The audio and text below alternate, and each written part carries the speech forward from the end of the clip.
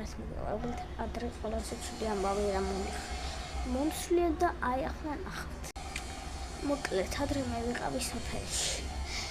მერე ჩემი ძმა დაჭდა სკამზე. დაჭდა და რაღაცა სჭამდა, მე ტელეფონი დაიდო წინ. მერე ხო დაჭდა სკამზე.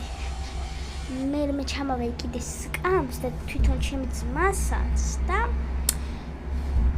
თვითონ ეგადგა რა მგონი წყალის მოსატანად დედა დედიკომ არ მიუტანეთ რა სოფელში რომ ვიყავი ახსენე მგონი კი არ ვიცი არ გამახსენდა და ისე ფატკარა და ანუ რა მოხდა როადგან გავიტეხე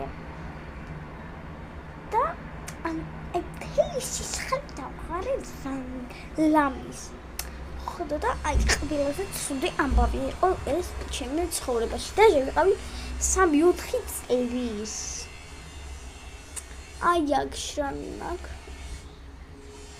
უბრალოდ არჩევი თორე იცით რამდენი სისხლი დავღარა დავიწერეთ კომენტარებში თქვენ რა მოგსურვებთ ყველაზე ცუდი ბავშვობაში კარგად ეს იყო ჩემი ყველაზე ცუდი ამბავი ბავშვობაში კი რაც მომხვედრია მთელ ცხოვრებაში